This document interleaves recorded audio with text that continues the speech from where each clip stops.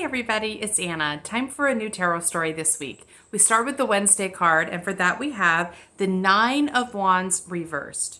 So the 9 is the penultimate step in the 10-step trajectory, right? We're just before we reach the end. Wands are connected to the element of fire and are about feeling confident and inspired and impassioned. So the image shows this fella, he's resting actually, which is often what we do at the 9 point. It's we take kind of a deep breath before we cross the finish line, right? So he's resting, his head is bandaged, so he's been wounded somehow. He's been in some kind of battle and he's been wounded, and now he looks like he's kind of exhausted, which tends to be one of the challenges I see in the Wands trajectory, is that the further you go along, the more exhausted people get. I think it's one of the challenges about living in passion, not only because passion uses a lot of energy, but also I think when we're using so much energy, the mind starts getting worried. And so it kind of creates an extra energy leak. Like the mind is almost looking for challenges or looking for problems or looking around for why we're so tired.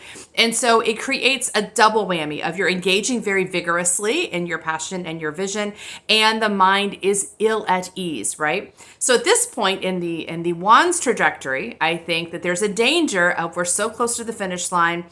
We've kind of spent ourselves. Maybe we're a little bit beat up. We feel a little beat up.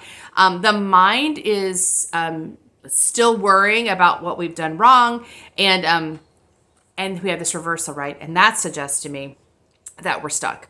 That happens a lot at the 9 point because it's the last, couple feet or yards of the race that we start petering out. And that's two reasons. One is because maybe we have burned up more energy than we really needed to. We burned more energy than was necessary because our mind's been worrying for a little while, and we haven't maybe been attending to the mind. We've been letting the mind kind of run circles and kind of ignored it, pushed it aside, and just continued on, which is not a sustainable strategy, but also because we know that once we get to the 10 point of any trajectory, we have completed that work, and that means we're going to finish that part of our journey and we're going to start something new, which means we're stepping into the unknown. And the mind gets very nervous predictably whenever we're stepping into the unknown. So this card suggests that we've got this vision, we've been working on it, developing it, but suddenly like we run out of gas or we hit the brakes. Something is happening here. Running out of gas means we ran out of energy, probably because we weren't managing our energy perfectly well because we haven't been attending to the mind's anxieties.